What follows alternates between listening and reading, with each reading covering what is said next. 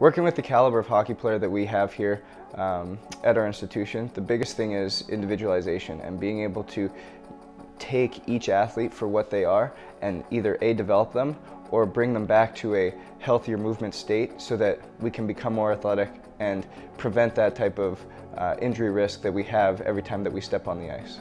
Hockey is a sport that requires movement in many different planes of motion, both horizontal, linear, rotational, and the biggest thing is we have to be able to produce power and be stable in those planes of motion.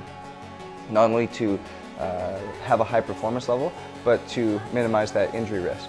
And if we can combine those two things, then we're going to have really the ultimate athlete if they have that skill level to go along with it.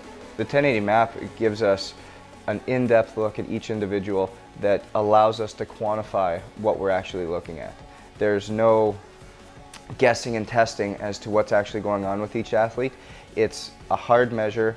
It gives us quantifiable data that we can see visually as well as numerically, but then also utilizing then our knowledge of the athlete, but also your knowledge as an individual and as a practitioner, an avenue to give a prescription that's going to help develop this athlete, prevent the risk of injury, and allow for that transferability of power and strength to on ice.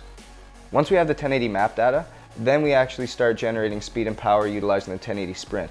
And what validated the 1080 map for me, the biggest thing, was that we were able to look at the two data points and they correlated very highly with asymmetries and lack of power, or high symmetry and high power.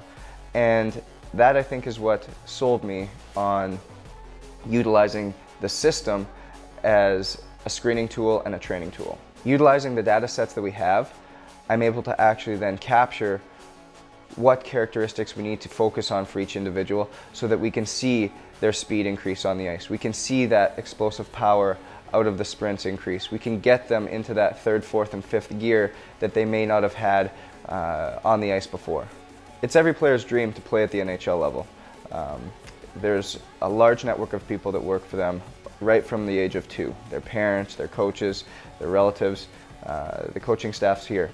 And being able to be a part of a network that supports you, being a part of a network that provides you with the best opportunity to reach the pinnacle of your craft is really all you can ask for. And we're proud to be able to offer everything that you could imagine to help develop that athlete to become the best player that they can be.